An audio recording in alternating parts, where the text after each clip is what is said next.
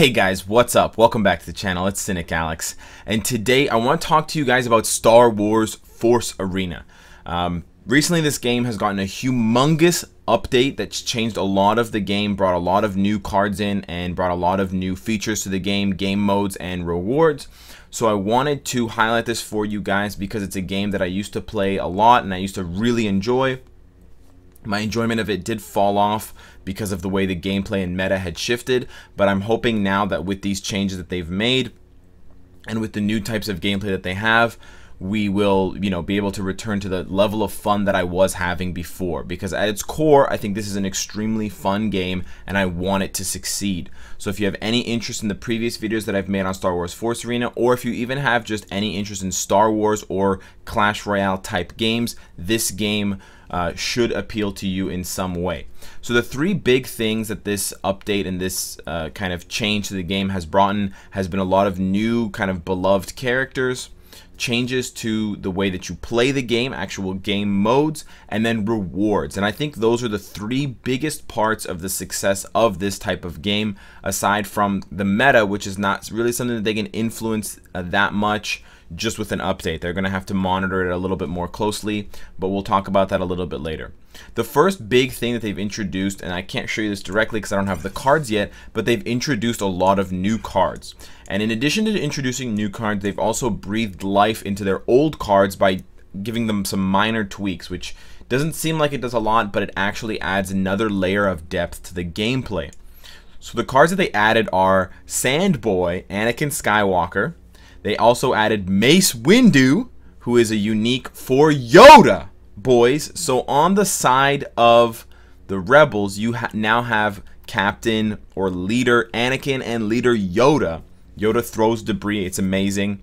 And then you have Mace Windu coming in for Yoda, and you have Ahsoka Tano, Snips, coming in for Anakin. In addition, you have a few new cards.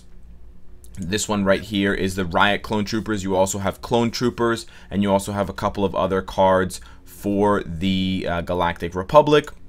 But as you can see here, in addition, they've also made changes to the actual cards themselves. So a card like the Stun Grenade now has this little kind of flower in the bottom. It's part of the light side kind of generation, let's call it. But then if you look at the Tal's Marauders, it's from the Rebel Alliance generation. So you have these three different generations of cards within the kind of light side or the Rebel side. You have the newest one, which would be the Galactic Republic, for something like the Clone Troopers or something like the Republic Commando. And then if you click this little question mark here, Hope of the Rebellion, you can now see that there's extra bonuses that you'll get by adding those cards in that will kind of synergize with each other. They don't necessarily synergize in terms of their gameplay mechanics, but they synergize in the sense that it will do something. So if you have the Rebel Alliance one, it will reduce enemy damage that the enemies do to your turrets. And then if you did the Separatist one, it has a different effect, and then the Galactic Republic has another different effect, which is very cool, and I think, complicates things a little bit further. On the Separatist side, or on the dark side of things, the two new leaders we've gotten, because I've never been able to pull Palpatine on my main account, have been Darth Maul, yes, with his unique kind of squad, I don't know what they're called now, probe droids, yes, probe droids, and Grievous, General Grievous, who has a pretty overpowered IG 101 and IG 102 uniques, but they're pretty cool. They're those guys with the staffs that have the purple lightning on either side that you see in a lot of the Clone Wars video games, or not video games, the Clone Wars TV show, and in the prequels, I believe, yeah, in the prequels, definitely. And then in addition, they've also introduced some new Separatist cards, and they've also branded all of the existing dark side cards with one of those three branding. So you have the Galactic Empire branding, you have the dark side branding, and then you have the Separatist branding for the new cards. And again, if you put in a certain number of those cards that all fit the same era or the same generation, then you will see reduced leader skill cooldown, reduced enemy damage to turrets, reduced or increased energy recovery rate, and you have these different synergy effects that you can use on your deck. So this is going to add a layer of complication and a layer of difficulty. It's going to reward players who are able to put together good synergistic decks that not only take advantage of the cards within them and how they work with the leader, but that also give them a high bonus set that does, you know, meaningful amounts of damage or meaningful amounts of rewards. Like 8% energy recovery is not a small number, and if you pair that with an already existing energy recovery rate unit, like let's say Governor Price, you may run into a Thrawn deck that can just run you over once you get to the later stages of the game, for example. Now, you know, full disclosure, I haven't had a lot of time to play around. The update is very, very new, so the meta is in its infancy. Grievous seems to be very powerful with his new unique, and Anakin and Yoda seem to be as well a little bit powerful, but I'm sure things are still, you know, shaping up, and most of the leaders are still viable in some way. In addition to this deck change, a really interesting, cool new feature that they have is an arcade or a draft mode. And if you're familiar with something like Hearthstone, you'll know what a draft is. Essentially, what you do is you pick a leader, you pick dark side or light side, and it will present you with 2 cards. Then you get to choose one of those 2 cards, and then you continue to do that until you've drafted a deck. So this is the deck that I've drafted. I have 4 wins and 1 loss. I drafted for the light side because I'm a weeb. Then I went with Luke Skywalker because it was Luke or Han Solo, and I don't like Han Solo's passive gameplay style with the landmines. And then this is the deck that I ended up drafting. My only advice to you for the deck drafting so far would be try to draft a deck that has a low average energy cost. At the very least, you won't get stuck holding cards while your opponent runs you over, and try to go for the best value card that you see. I went a bit cheesy with the Ion Mine, but I try to balance things out. See a lot of 6-cost cards, so I had to go cheap with the Flamethrowers and the Twi'leks, but it's working out pretty well so far for me.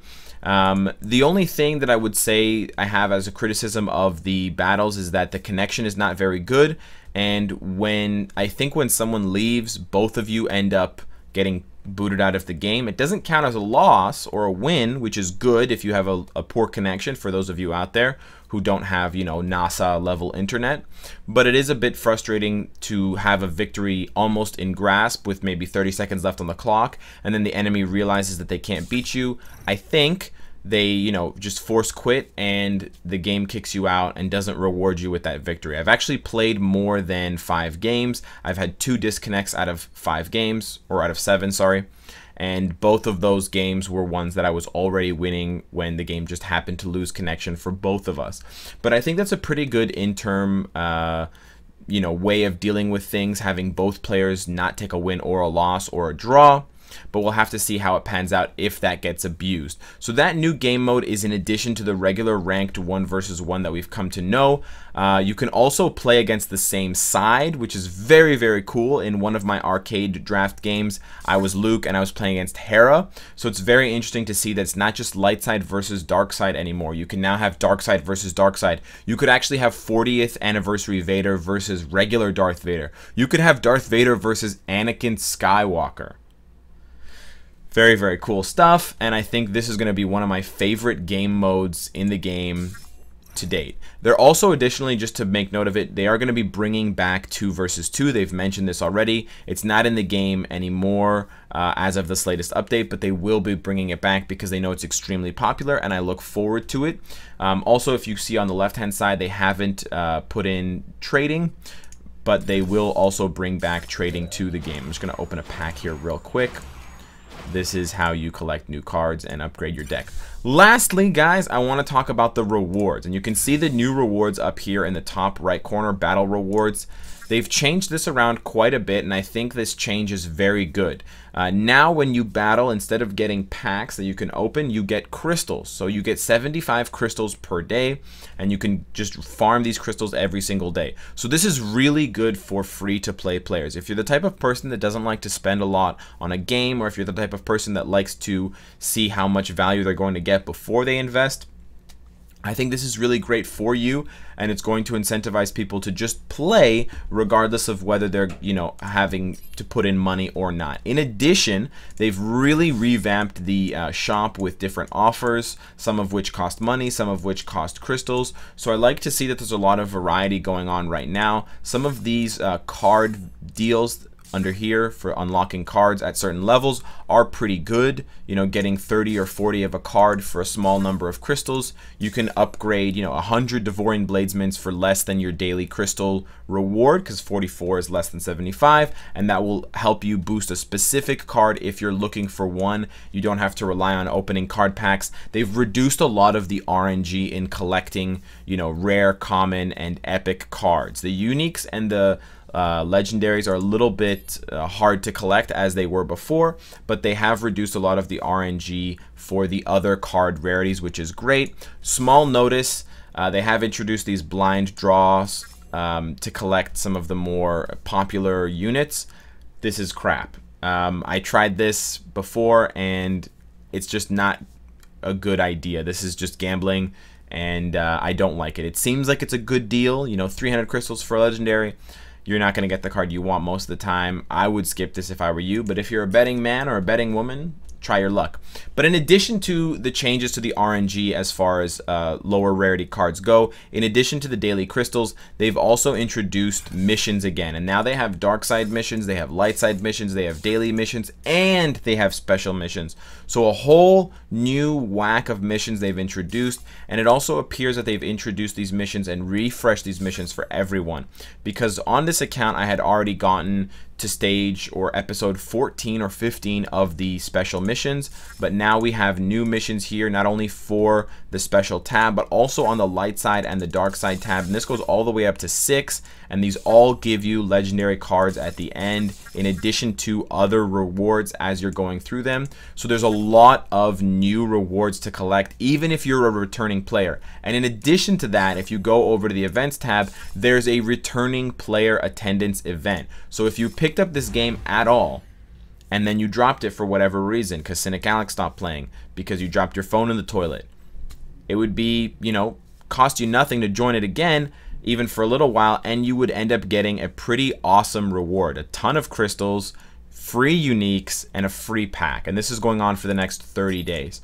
So I do want to give a little bit of a shout out to Netmarble and what they've done with this game. I honestly didn't think that they would put this much into an update, but they seem to be very committed to making this work, and I am excited to see how they're going to continue this you know, effort and this momentum as things move forward. Star Wars is one of my most favorite franchises, and I think it's an awesome IP to have, and I think what they've done with this update is really worth talking about, and it's worth trying if you have any interest in Star Wars, any interest in Clash Royale type games, or if you used to play and you just want to collect these juicy rewards again as a returning player.